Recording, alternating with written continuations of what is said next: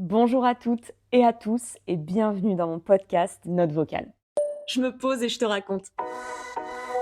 Alors, je me permets de te faire une note vocale. Tu m'as pas raconté cette histoire. Je sais pas si t'as vu ce que je t'ai envoyé hier avant d'aller me coucher.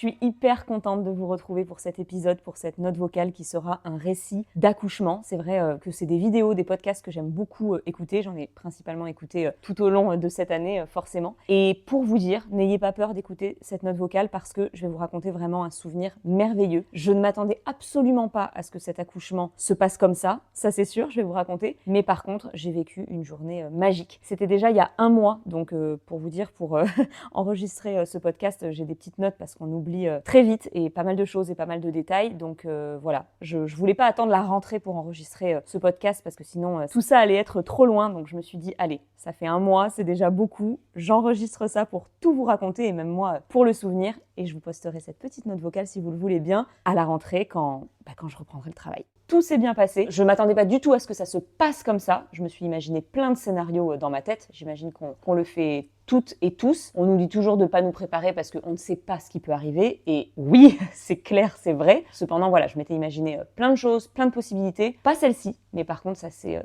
tellement bien passé. Et du coup, j'avais très envie de vous raconter tout ça dans cette vidéo. Pour vous dire, on est le 16 juillet. Donc ça fait un mois que j'ai accouché. Hier, ça a fait un mois. J'ai accouché le 15 juin. J'avais très envie d'enregistrer ça maintenant parce que j'ai trop peur d'oublier des choses. J'ai quand même mon téléphone avec mes notes parce que déjà en 4 semaines, on oublie plein de détails. Mais si j'attends la rentrée après mon congé mat, j'aurais oublié bien trop de choses. Donc je vais enregistrer tout ça maintenant et je vous posterai la vidéo à la rentrée. Il est possible que vous entendiez de temps en temps un petit bébé à côté, mais normalement, elle dort et je devrais avoir le temps d'enregistrer tout ça avec vous. Mon terme était le 1er juillet. C'est vrai que c'est une date que j'avais pas partagée pour plein de raisons. Et surtout vers la fin où, souvenez-vous, j'ai été hospitalisée à 29 semaines pour risque d'accouchement prématuré. Donc réellement, elle pouvait arriver n'importe quand elle voulait. Donc voilà, raison de plus pour pas partager la date de mon terme. Mais une fois que j'étais en congé mat, c'est arrivé le 11 juin, j'étais en congé maternité le 11 juin, je me suis dit voilà, là on est à 37 semaines, je crois, ou 38, je sais plus. Je pense vraiment que je vais arriver au bout. J'avais eu mon dernier rendez-vous à l'hôpital. On m'avait dit bon, si le 1er juillet elle est pas là, vous avez rendez-vous à 8h à l'hôpital, on parlera déclenchement, etc. Enfin, j'étais vraiment partie dans ma tête vers la fin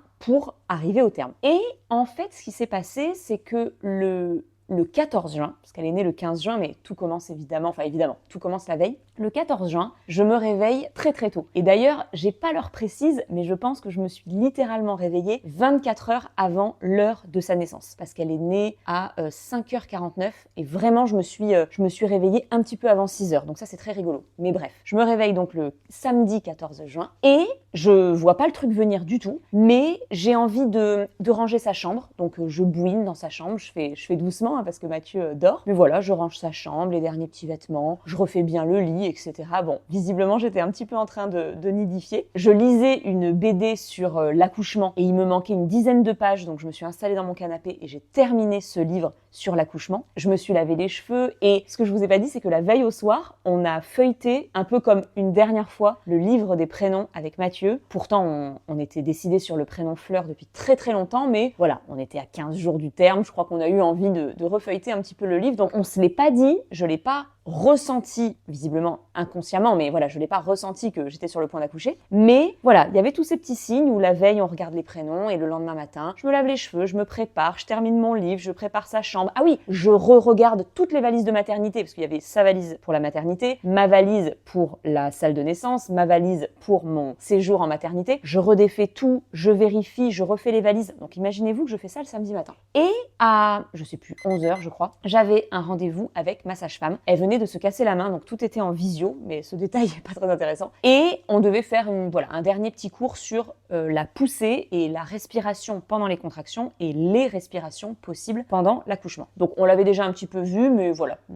j'avais la possibilité de faire un dernier cours, donc on fait ça. Et en fait, on avait prévu, j'avais raconté quelque chose à Mathieu qui m'arrivait depuis quelques jours et il m'avait dit parle-lui en. Ce qui se passe, c'est que ça fait 3 jours que, enfin, pour vous expliquer, je pense que je vous en ai déjà parlé, mais je porte des culottes de règles depuis plus de 5 ans. Et en plus de porter ces culottes de règles, je fais le flux intuitif. C'est-à-dire que j'arrive assez bien à retenir le sang et à ne décider de l'évacuer qu'au moment où je suis aux toilettes. Donc, je vais faire pipi et je lâche le sang. Donc, c'est assez rare que mes culottes de règles soient très mouillées, très pleines de sang parce que je n'évacue le sang qu'aux toilettes. Et en fait, ça fait 3 jours. On va être dans les détails, hein, je vous préviens. C'est un récit d'accouchement, donc voilà, je me permets d'être dans les détails. J'espère que c'est ce que vous êtes venus chercher avec cette vidéo parce que je suis sans filtre, comme si je raconte ça à mes copines, quoi. On est d'accord, hein. Donc, ça ne fait que commencer. Et en fait, ça fait 3 jours que j'ai envie de faire ça. C'est-à-dire que, évidemment, je n'évacue pas du sang, hein, sinon on est d'accord que je serais allée aux urgences. Mais à chaque fois que je vais aux toilettes, il y a un peu comme un deuxième round où je peux encore faire pipi, mais je me rends bien compte que c'est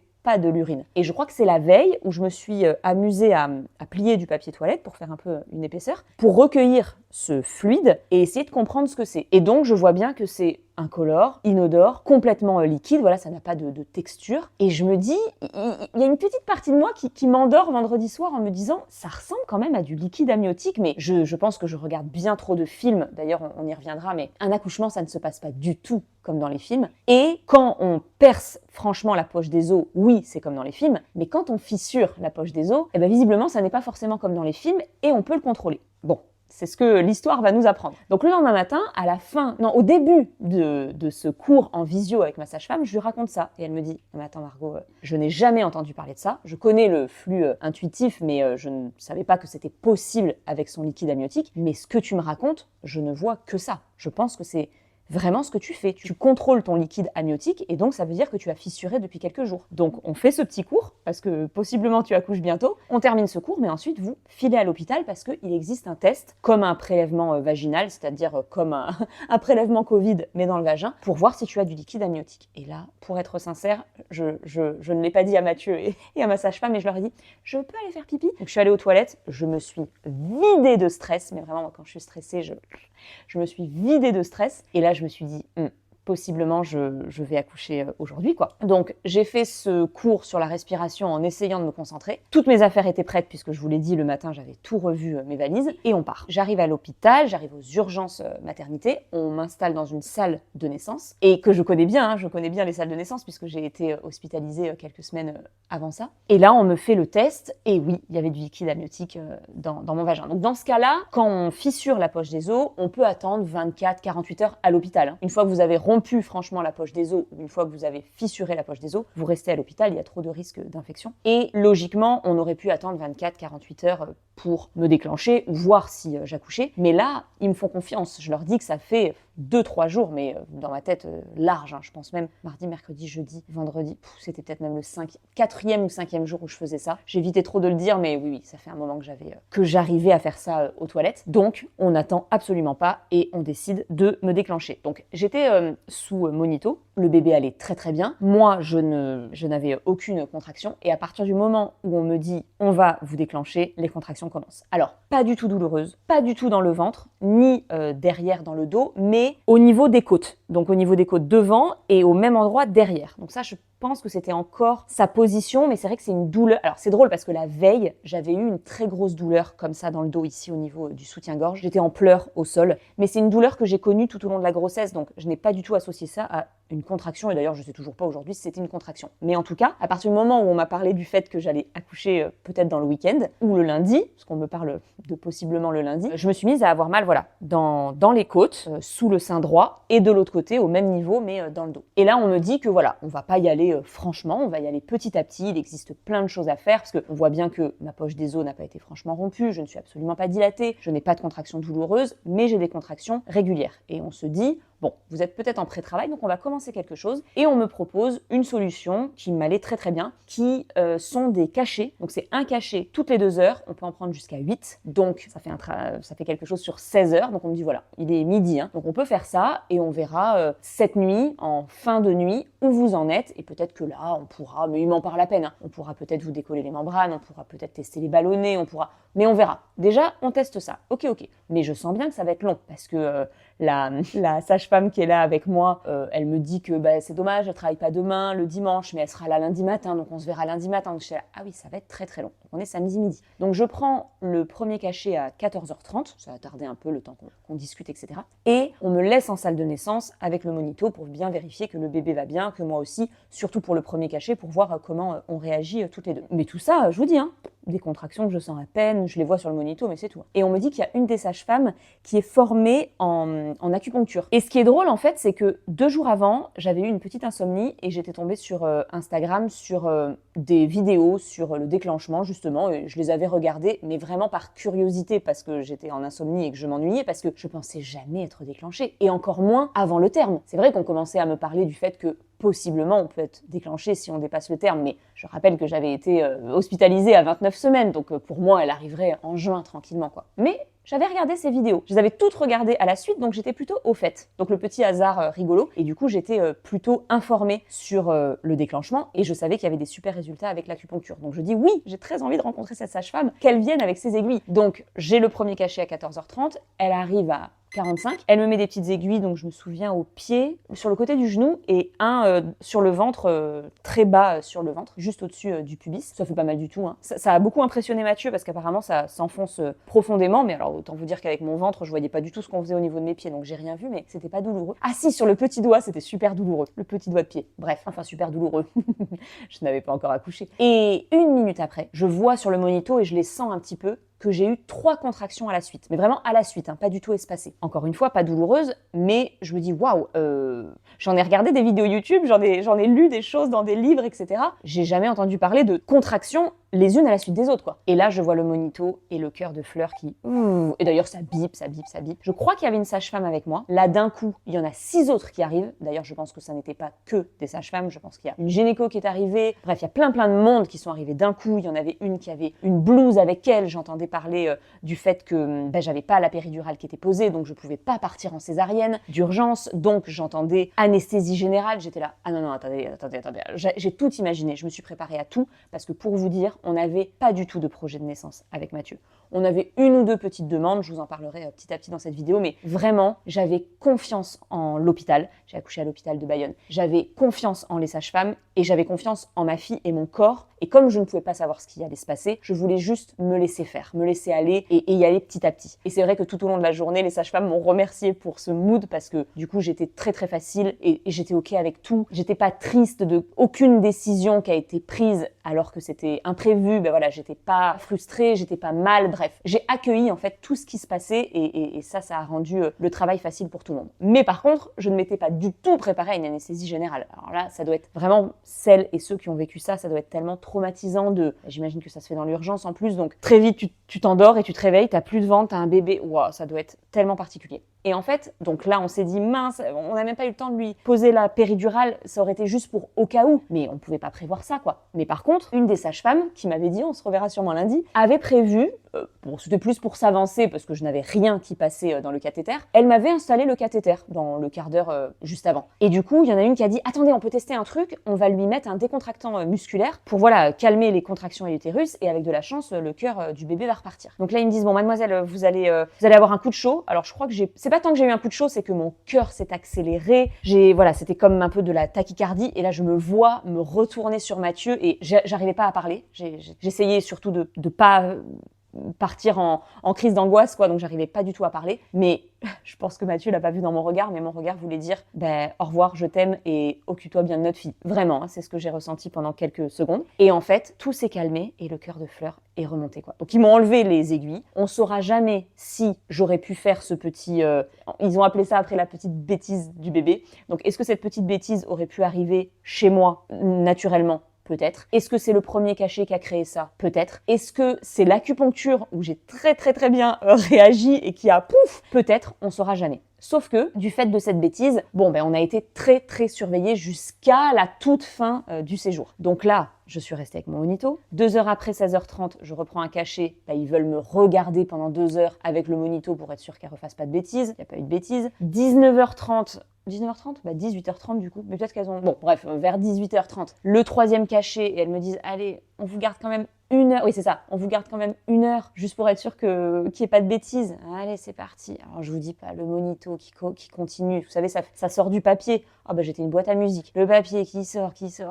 Bon, toujours pas de contraction douloureuse. Elles m'ont pas examinée, mais bon, j'étais complètement fermée. Mon col était complètement fermé en arrivant. Et comme j'avais pas de contraction douloureuse, il n'y avait pas de raison que je me dilate. Donc, bon.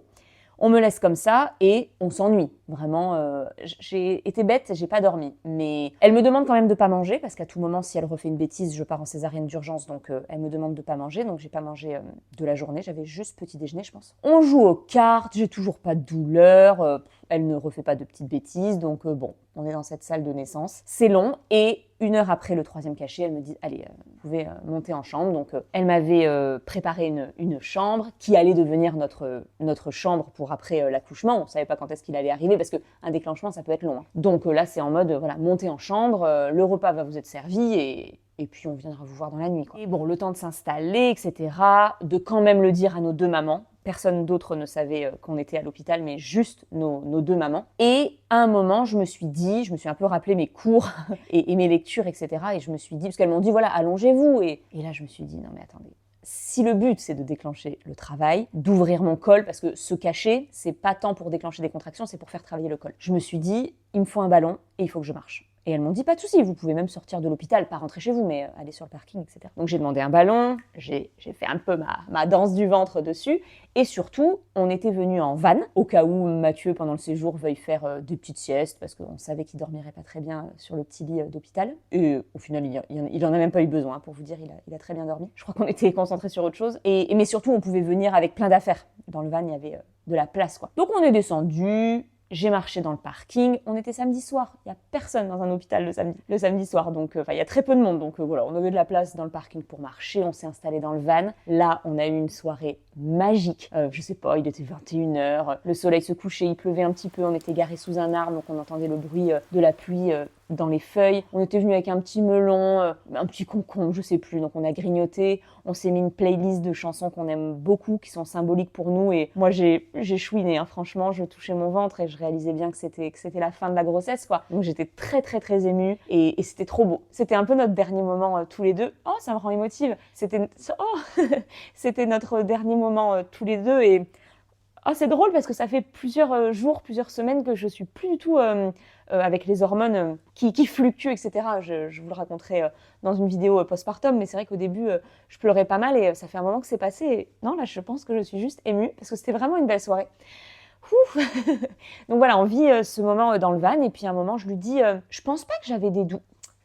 Est-ce que j'avais des douleurs? Peut-être que je sentais que ça commençait à travailler un petit peu plus. Je me souviens pas très bien. Mais en tout cas, je lui dis, allez, Matt, là, il faut monter parce que de toute façon, il faut qu'on dorme aussi. Parce qu'à tout moment, voilà, ça peut quand même se déclencher à tout moment et faudrait qu'on dorme, quoi. Je sens le truc. Donc, on remonte. Et là, je lui dis, oh, je suis désolée, j'ai oublié ça, ça et ça. Parce qu'en fait, on était remonté avec le sac de naissance. Mais il nous fallait aussi le sac de la chambre de maternité parce que on a commencé par la chambre et on a accouché qu'après. Donc, je lui dis, désolée, il va falloir en fait que tu remontes tout, quoi. Donc, il redescend. Il est pas redescendu tout de suite, je sais plus ce qu'on a fait. Donc il redescend vers 23h. Justement, je crois qu'il a loupé ça, mais on me donne je sais plus où on en est, au 5e cachet là je crois, parce que j'ai dû avoir 18h30, 20h30. Donc voilà, on me donne celui de 22h30. On fait un petit monito. Et là, Mathieu descend chercher les dernières affaires. C'est exactement ça qui s'est passé. Et là, j'ai une petite douleur en bas du ventre, un peu comme les règles, mais toute petite, hein, vraiment un petit pincement, quoi. Je vais aux toilettes et j'ai un tout petit peu de sang. Je me dis cool, mais vraiment rosé, quoi. Je repars vers mon lit, comme dans les films. Là, pour le coup, c'était comme dans les films, je romps la poche des os. Donc, je sonne. J'ose pas bouger parce qu'en plus, je me dis, ah, si Mathieu arrive, il va voir ça. Je suis sûre Mathieu, il est super curieux. Il voulait tout vivre, tout connaître. Mais bon, il est arrivé vraiment 3 minutes trop tard. Donc, il a bien fallu qu'on commence à nettoyer. Donc, bon, il a pas vu tout ça. Mais donc, je romps la poche des os. Donc là, elle regarde, il me semble, et elle me dit, bon, vous êtes à 0, mais trop bien, quoi. Donc, elle me dit, bon, il est 23h, couchez-vous et je viens vous voir vers 2h du matin, quoi. Bon, on est un peu excités, donc je pense qu'on discute un peu. Je pense qu'on dort une demi-heure jusqu'à minuit. Et là, je dis à Mathieu, on va pas dormir. On ne va pas dormir. En tout cas, moi, non. Comme très souvent, j'ai accouché dans la nuit. J'ai l'impression que ça arrive très souvent. Dites-moi à quelle heure vous avez accouché, mais c'est vrai qu'elle n'arrêtait pas de me dire qu'on accouche très souvent dans la nuit. Et ça m'étonne pas. Je pense qu'il y a un côté animal où on accouche tranquillement dans la nuit quand tout le monde dort. Et moi, je l'ai vraiment vécu comme ça. Bon, là, je savais pas que j'allais accoucher si vite, hein, parce que il est donc minuit et là, j'ai mal. Comme je m'en doutais, j'ai eu mal dans le dos. Je le savais. Oui, mais de toute façon, je vous l'ai déjà dit, j'ai fait une fausse couche. Donc, j'ai fait une fausse couche tranquillement chez moi, mais j'avais mal dans le dos. Et je me doutais que j'aurais des contractions dans le dos. Et il paraît que c'est les pires. Je ne connais pas les contractions dans le ventre, mais dans le dos, c'est pas rigolo. Donc, à minuit, ça commence. Et ça commence très vite, très fort et très rapproché. J'ai l'impression en tout cas. Donc je mets une appli qui s'appelle Contraction, je crois. Et là, je vois qu'elle dure une petite minute, la vague, hein, le temps qu'elle monte et qu'elle redescende. Et ensuite, il se passe que 1 minute 30. Donc vraiment, je suis en mode souffrir, ok, mais ne pas pouvoir respirer et me reposer 2 secondes entre deux, là c'est pas ok, c'est trop dur. En plus de toutes les positions que j'ai apprises pour me soulager, en plus j'ai le ballon, je vous l'ai dit, il y a rien qui me passe, à part me mettre, je suis debout, je me tiens à mon lit d'hôpital et je me mets à 90 degrés. Mathieu me masse un petit peu en bas du dos, je sais pas, je sens un petit peu sa compassion et sa chaleur et ça me fait un petit peu de bien, mais c'est très très compliqué. J'en ai beaucoup et elles sont très douloureuses et rapprochées. Et là, je me dis, j'imagine que je dois être, je sais pas, à 1. Si ça, c'est 1. Je sais pas si je vous l'avais déjà dit, peut-être en live, mais moi, la seule trouille que j'avais de cet accouchement, c'était la douleur. Parce que je pense que comme beaucoup, personne n'aime avoir mal. Et en plus, moi, j'ai jamais eu de règles douloureuses, j'ai jamais été opérée, je connais pas l'hôpital, j'ai jamais eu de douleur vraiment forte. Donc voilà, j'appréhendais vraiment cette douleur. Et là, je me dis, oh, si c'est ça. Donc, je souffre comme ça pendant 1h30 et elle m'avait dit qu'elle repasserait à 2h du matin. Et là, je vois 1h30 du mat et je dis à Mathieu, c'est trop dur. Je sais pas ce qu'elle va pouvoir faire pour moi, mais on sonne quoi. Donc elle sonne. Là, elle voit ma tête. Je sais pas s'il faisait chaud dans la pièce, mais je pense qu'elle comprend que ça fait un moment qu'on est dans cet état. Et je lui dis, j'ai très mal quoi. Et elle aurait pu se dire, meuf, il est 1h30 du mat, autant te dire que c'est que le début. Non, elle prend en compte ce que je lui dis, elle me croit, elle me considère, et elle me dit, écoutez, on va déjà commencer à vous ausculter. Donc, elle regarde, et là, elle me dit, félicitations, vous avez déjà passé une grosse partie de toute cette aventure, puisque vous êtes à 3. Et là, il y a une petite partie de moi qui me dit, ok, cette douleur, c'est pas que le tout début, quoi. J'ai déjà avancé un petit peu dans le travail, donc je comprends un peu mieux que ça me fasse aussi mal. C'est pas fini, mais ok. Elle me dit, vous voulez la péridurale? Je dis, go. Go. Alors, encore une fois, j'avais pas du tout imaginé que ce serait comme ça. Je pensais perdre les os à la maison, arriver peut-être à l'hôpital et être à 3-4, attendre le maximum. Moi, je pensais passer du temps en salle de naissance, attendre le maximum de temps pour la péri. Là, je suis en mode non, je la veux. Je savais que je la voulais, mais je la veux maintenant, quoi. Et en plus, je me dis, c'est la nuit, le temps que l'anesthésiste arrive, qu'on descende, etc. Je serais peut-être à 4 ou 5, donc je dis oui maintenant, quoi. Je vous avoue qu'à l'hôpital, il y a déjà un espace-temps qui est très particulier. Les minutes sont longues comme elles sont courtes, mais alors quand on a des contractions. La douleur et les hormones faisant qu'on est dans un cocktail, dans une bulle dans laquelle j'ai su très très bien me mettre, je ne sais pas combien de temps il s'est passé. Mais en tout cas, je sais que très vite, elle est arrivée avec une chaise roulante. On est descendu, j'ai été en salle de naissance. Je me souviens de quelques contractions où je suis à ça de vomir tellement j'ai mal, mais j'ai l'impression que l'anesthésiste est arrivé très rapidement. Et je comprends que, il faut faire le dos rond, je sais plus quoi, qu'il va y avoir d'abord un petit anesthésiant local et qu'ensuite il y aura la péridurale, mais qu'il va falloir que ça se passe pas pendant une contraction. Et je sais pas si j'arrive à leur dire, je sais plus, là je suis ailleurs. Mais je me dis, et je crois que je leur dis, elles sont tellement rapprochées, il va falloir bosser vite les gars, quoi. Enfin les filles, parce que pour le coup il y a eu que des filles. Je sais pas si j'arrive à leur dire ou si juste je me le dis, mais en tout cas je lui dis, ok, là il y a une contraction, donc on attend. Là elle me pose le petit anesthésiant, donc c'est déjà une première piqûre. De toute façon je n'ai rien vu, tout se passe dans le dos, vous le savez. Je ne me suis pas retournée, je ne sais pas le visage qu'avait l'anesthésiste. J'ai décidé de ne pas me retourner, de ne pas voir les aiguilles. J'étais tellement concentrée sur mes contractions, je voulais tellement la péridurale et j'avais tellement mal. Est-ce que ça m'a fait mal? Je n'en sais rien. Je n'ai en tout cas pas eu mal et je n'ai pas eu d'effet. Je sais que parfois on peut avoir froid, on peut trembler, on peut sentir le produit qui passe. J'ai rien senti de tout ça. Je voulais juste la péridurale. Donc je lui dis, là il y a une contraction. Elle me met le petit anesthésiant local. Ah oui, et Mathieu ne pouvait pas être là pendant ce temps. C'est le seul moment où il n'a pas pu être là. Il n'était pas déçu parce que les aiguilles il aime pas. Donc là il y a une sage-femme qui est vraiment, je crois qu'on était nez à nez. Je crois qu'on se tenait les mains et elle me disait, vous faites un travail incroyable, trop mignonne. Ça m'aidait beaucoup. Donc je sais pas si je lui dis que les contractions sont rapprochées, mais en tout cas je lui dis, là j'ai une contraction, donc on attend. Là elle me met un petit anesthésiant. Je lui dis, j'ai une contraction, donc on attend. Et là, je dirais pas qu'elle a galéré à me poser la péridurale, mais en tout cas, ça prend le temps que ça prend. Et une contraction arrive. Et là, elle me dit, ah non, vous bougez plus. Je ne bouge plus. Mais j'ai mal à en vomir. Je n'ai pas vomi, mais tellement j'ai mal, j'ai envie de vomir. Comment tu veux que je ne bouge pas? Mais en fait, j'ai pas le choix. J'ai absolument pas envie qu'elle se rate. J'ai envie d'avoir la péridurale. Donc, je tiens la sage-femme et par je ne sais quel moyen, je ne bouge pas. Et et la péridurale est posée. Donc elle me met un premier shoot de produit et ensuite elle m'explique que toutes les 14 minutes, il me semble, je peux réappuyer sur le bouton. Donc Mathieu revient et là, très très vite, j'en ai peut-être eu 2 très très compliquées, peut-être, je sais plus, quelques-unes. Et ensuite, elle commence à s'espacer. Donc, je respire enfin entre les contractions et à se calmer petit à petit, à être moins douloureuse petit à petit. Donc là, c'est le bonheur. Et en fait, encore une fois, je ne sais pas exactement combien de temps il s'est passé. Là, il est peut-être 2h30 du matin. Ok, les contractions sont plus soutenable, plus ok, mais ça change complètement. C'est-à-dire que là, c'est toujours dans le dos, mais je sens une tête. Je sens une tête derrière. Je dirais pas au niveau de mon anus, mais pas très devant, quoi, assez derrière. Peut-être que j'invente, je ne sais pas, mais je dirais pas que j'ai envie de pousser, parce que je sais que parfois on entend j'ai cette envie de pousser. C'est pas vraiment comme ça que je m'en souviens, mais en tout cas, ça risque d'arriver bientôt parce que je la sens vraiment très très basse, quoi. Donc, j'accueille quelques contractions, mais je finis par sonner et leur dire quoi. Du coup, elles m'auscultent, et là, elles me disent elles étaient toujours dans le suspense, c'est trop drôle. Elles disent rien pendant qu'elles m'auscultent, c'est assez rapide. Et là, elles remontent la tête, elles me disent félicitations, vous êtes à 10. Mais il est 3h30 du matin. J'ai rompu la poche des os à 23h et c'était un déclenchement. Alors, à partir du moment où j'ai rompu la poche des os, ça n'est plus un déclenchement. C'est le corps qui a repris le boulot. Donc, finalement, j'ai été déclenchée, mais pas jusqu'au bout. Bref, c'était quand même parti pour être quelque chose d'assez lent et long. Et voilà, on pensait que j'accoucherais le dimanche ou le lundi quand même encore, quoi. Donc là, tout le monde est super étonné. Et elles me disent, bon, on a encore assez le temps. On voit si elles s'engagent. Parce que certes, j'étais dilatée à 10, mais elles n'étaient pas engagées dans mon bassin. Donc du coup, elles m'ont fait tester des positions. Donc encore une fois, je me laisse faire. J'accueille leurs conseils. Elles sont super. Toute l'équipe est super. Et elles m'ont pas mis les étriers. Elles m'ont juste mis des palettes. Donc je pouvais mettre un pied. J'ai encore pas réappuyé sur la péri, donc je peux pas me lever, je peux pas me mettre à 4 pattes, je pense pas, j'ai pas essayé, mais je pense pas. Mais par contre, je peux me retourner, mettre un pied en l'air, me mettre sur le côté, l'autre côté, tester plein de trucs. On avait la possibilité d'attendre et de voir comment elle s'engageait, etc. Donc je sais plus exactement comment ça s'est passé, mais je sais que j'ai testé des positions, etc. Et qu'à un moment, elles m'ont dit donc là, j'ai dû appuyer une 2e ou même une 3e fois sur la péri. Et à un moment, donc tout ça en 2 heures, et à un moment, elles m'ont dit voilà, on va y aller, quoi. Donc là, j'ai dit à Matt, j'appuierai bien une petite 4e fois parce que je sais pas combien de temps ça va durer. Donc si ça doit... bref, je faisais un peu mes calculs en mode, j'appuie une dernière fois, comme ça je suis un peu tranquille. Et j'ai bien fait, je vous expliquerai après pourquoi. Donc j'appuie une dernière fois, elles reviennent. Et puis là, j'ai poussé, je crois, 3 ou 4 fois et à chaque fois 1 ou 2 fois. Enfin, comment vous dire, j'ai poussé sur 3 ou 4 contractions et sur chaque contraction, j'ai poussé 1 ou 2 fois quand j'y arrivais, quoi. Mathieu a décidé de tout regarder, donc il était de l'autre côté. Donc j'ai accouché toute seule. J'étais solo. Tout le monde était de l'autre côté. Donc il a vu la tête sortir, rentrer, sortir pour vraiment finir par évidemment que le bébé sorte. Chose que je n'ai pas du tout vue parce que visiblement j'étais très concentrée sur mes poussées.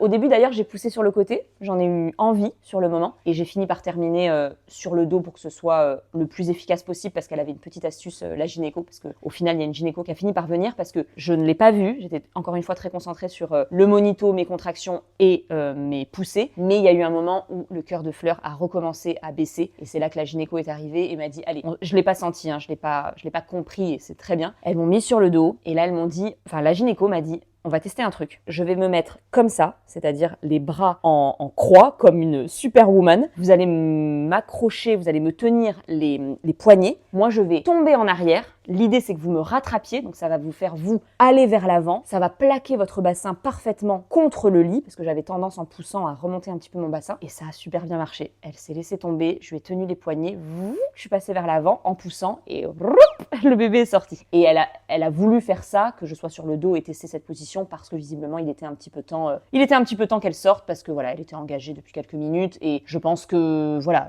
entre le pré-travail, les contractions très intenses, les cachets de déclenchement, etc. Il y avait eu une journée assez éprouvante pour nous deux, donc il était temps qu'elle sorte. Et d'ailleurs, pour chaque accouchement, on fait une petite prise de sang dans le cordon, et 2 jours après, j'ai eu les résultats que m'a apporté cette gynéco dans ma chambre, et elle m'a expliqué qu'en effet, il était vraiment temps qu'elle sorte, mais voilà, tout ça, je l'ai pas ressenti, je l'ai pas compris, et rien ne s'est fait dans le stress, et c'est là que je voulais vous dire que c'est pas du tout comme dans les films. Alors évidemment, il doit y avoir des accouchements beaucoup plus dans l'urgence, dans les cris, dans la douleur, mais là, moi, tout était cool, tout était détente. Bon on revient, ça va être le moment de pousser, tout le monde est cool, les lumières étaient tamisées, elles ont allumé que celles, vous savez, qui sont un petit peu à mi-hauteur, il n'y avait pas les plafonniers qui étaient allumés, donc tout était tamisé, il était 5h du matin, c'était cool quoi. Et donc j'ai poussé sur 15 minutes, elles n'avaient pas prévu de me faire de toute façon pousser sur 30, elles commençaient déjà à me parler du fait de peut-être utiliser des instruments, donc il me semble qu'elles m'ont demandé si j'étais d'accord pour les cuillères, je crois. Mais voilà, j'ai réussi à accoucher sans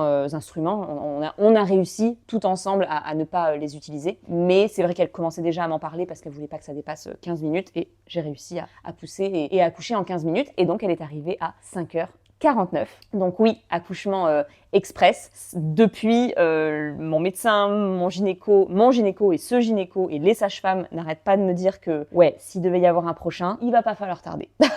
Parce que là, on dit souvent que quand on perd les os à la maison, voilà, on se prépare, on a 2 heures environ pour aller à l'hôpital. Je n'aurai pas 2 heures. Je n'aurai pas 2 heures, il faudra que j'y aille vite parce que ça pourrait être encore plus rapide parce que si pour un premier et pour un déclenchement, ça a été aussi rapide, je le rappelle, perdre les os à 23h, naissance avant 6h du matin, le deuxième pourrait arriver très très très vite. Donc je le sais, voilà, s'il devait y avoir un deuxième, je le sais. Chose aussi que j'avais envie de vous dire, c'est que là aussi où je ne m'étais pas du tout préparée, c'est que je pensais que beaucoup de choses se passeraient à la maison. Perdre les os, les premières contractions, la gestion des premières douleurs, me mettre dans ma bulle. Je m'étais préparée à être un petit peu en souffrance dans la voiture le temps d'aller à l'hôpital, etc. Et en fait, moi, je suis arrivée à l'hôpital, les mains dans les poches en mode « Dites-moi ce qui se passe. Est-ce que par hasard j'ai fissuré la poche des os ? Oui, je reste, d'accord. » Et du coup, tout est arrivé à l'hôpital. Et j'avoue, j'ai beaucoup aimé. J'ai beaucoup aimé parce que je me sentais en confiance, je me sentais dans un environnement voilà, où j'étais entourée, encadrée, bienveillant. Et je pensais pas que ce scénario était possible, mais du coup, j'ai fissuré la poche des os à l'hôpital, première contraction à l'hôpital, déjà dans ma chambre, etc.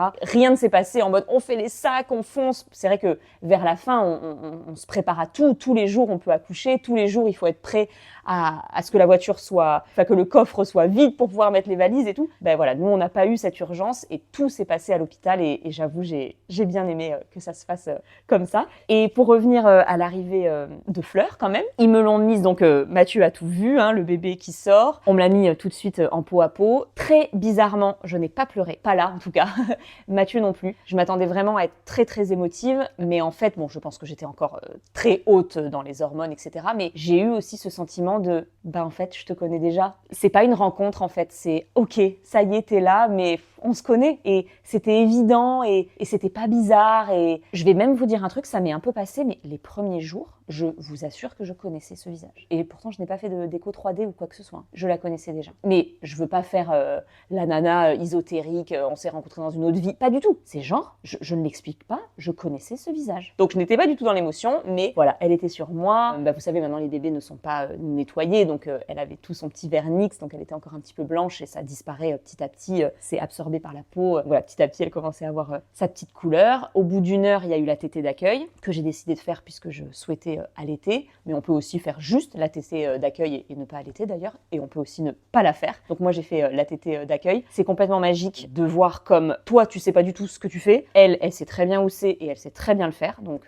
très rigolo. Je sais plus combien de temps ça a duré, et comme on était beaucoup à accoucher en même temps, 4 ou 5, on n'a pas été 2 heures en salle de naissance, mais plutôt 3. Donc on a eu le temps que Mathieu fasse du pot à pot, on a eu le temps que lui fasse une petite sieste, on a fait un FaceTime avec ma mère, avec mon père, avec les parents de Mathieu, là dans la salle de naissance, donc eux ils nous ont vraiment vus au saut du lit, et donc vers 8h30 du matin, oui Mathieu a eu le temps d'aller l'habiller, donc là ils font les premiers checks je crois, ils la pèsent il me semble, mais ils la mesurent pas. Non, il la pèse que le lendemain, non ? Oh, je sais plus. Je sais plus si on avait peut-être le poids à ce moment-là. Et donc, on est monté en chambre au bout de 3 heures. Là, alors déjà, on s'est fait la même réflexion avec Mathieu. Bon, moi, j'avais pas mangé depuis 24 heures. J'ai eu très vite un petit déj, mais j'avais pas mangé depuis 24 heures. On n'avait pas dormi depuis 24 heures. Et on avait vraiment ce sentiment que je ne connaissais plus depuis très longtemps de rentrer de boîte de nuit. En mode, on a trop bu, on n'a pas assez mangé, on n'a pas dormi. On était complètement dans un autre monde, quoi. Vous savez, ce moment où tu sais pas si t'as faim, si t'as envie de dormir, si t'as... Oh, bref, un peu bizarre. On est resté dans cet état toute la journée parce qu'on a réellement dormi que le soir, parce que voilà, on a commencé à faire des FaceTime avec nos meilleurs potes, avec nos frères. On leur a pas dit qu'on partait à l'hôpital, donc ils étaient pas du tout au courant qu'elle était sur le point d'arriver, mais encore moins à cette date-là. Donc à chaque fois c'était un dimanche en plus, donc tout le monde était dispo. À chaque fois qu'un appel s'allumait en FaceTime, les gens étaient en mode « Non, mais c'est un truc de fou !» Ma meilleure pote a été tellement émue. Elle m'avait dit qu'il fallait que j'attende au moins le 18 parce qu'elle était en vacances. Bon, Fleur ne l'a pas attendu. C'était trop magique de faire ces moments en FaceTime. Bon, à chaque fois, on faisait des petits appels courts, hein, on était très crevés. Il me semble qu'on a fait des petites siestes pendant cette journée-là. Mais bon, ensuite, c'est enchaîné. Tout le séjour à la maternité, ça va déjà être très très long. Donc si en plus, je vous raconte le séjour à la maternité, je pense que ça va être vraiment sans fin cette vidéo. Donc je vais m'arrêter là. Mais ce que je voulais vous dire, c'est que, bon, déjà, vous l'avez compris, c'était merveilleux, c'était rapide. Certes, les contractions étaient très douloureuses, mais comme j'ai eu la péri assez vite, j'ai pas souffert longtemps. Et surtout, on oublie de toute façon. Et le corps est tellement bien fait, on est entouré de toutes ces hormones par-dessus la douleur. Et si on reste dans sa bulle, vraiment, c'est terrible hein, sur le moment. Je vous dis, souvent, il y a des femmes qui vomissent. Hein. Moi, j'étais pas loin, je pense. Si on tardait à me poser la péri, j'aurais vomi. Donc vraiment, ça fait mal, mais on oublie. C'est complètement dingue. Je sais qu'il y a pas mal de gens qui m'ont posé la question si j'avais eu des points, etc. C'est là que j'étais contente d'avoir appuyé une dernière fois avant de pousser sur la péri parce que je suis restée 1 heure les jambes écartées parce que le temps de sortir le placenta. J'ai pas ressenti de contraction pour évacuer le placenta. Elles m'ont aidée. Je me souviens qu'elles m'ont appuyé un petit peu sur le ventre, mais j'ai même pas poussé. Bon bref. Mathieu a regardé le placenta. Et par contre, elles ont passé une petite heure à me recoudre puisque j'ai eu un petit vaisseau qui a explosé à l'intérieur. Donc elles m'ont fait un petit point. Et sinon, j'ai eu une déchirure. Et là, plutôt que de me faire plusieurs points, elles m'ont fait un surjet, c'est-à-dire un premier point, un petit peu comme un rôti, et un dernier point. Donc j'ai eu une petite cicatrice après l'entrée du vagin. On appelle ça un surjet. Donc voilà, j'ai eu un point à l'intérieur, ce surjet, un hématome aussi. Et heureusement, j'avais la péri. Et même si ça a duré 1 heure, le temps de sortir, de délivrer le placenta et de me recoudre, je ne sentais rien. Je l'ai laissé faire. Je faisais même pas attention à ce qui se passait. J'étais juste avec ma fille et j'étais trop heureuse. Mais c'est vrai qu'une fois que l'effet de la péridurale disparaît, là, c'est tout autre chose. Et je savais que c'est ce qui allait me déranger les jours et les semaines après l'accouchement, c'est tout ce qui se passe dans l'entrejambe. Je savais que j'allais être très inconfortable avec ça, mais je vous raconterai tout ça dans ma vidéo postpartum et j'ai plein de choses à vous raconter. Déjà là, rien qu'en 1 mois, j'ai plein de choses à vous raconter, donc j'enregistrerai un nouveau podcast. En tout cas, j'étais trop contente déjà d'arriver à me préparer un minimum, de me coiffer un peu, de me maquiller, de me poser et de parler avec vous. Ça m'a fait trop plaisir. Fleur nous a laissé discuter ensemble, donc trop chouette. Je ne sais pas quand est-ce que je pourrai enregistrer la suite, mais en tout cas, j'étais trop contente d'échanger ce moment magique, cette journée du 14 juin et cet accouchement qui finalement est arrivé le 15 juin à 5h49, le jour de la fête des papas. Voilà. Ah, et d'ailleurs, pour les noms de famille et le prénom, donc le prénom Fleur, elle n'a pas de deuxième prénom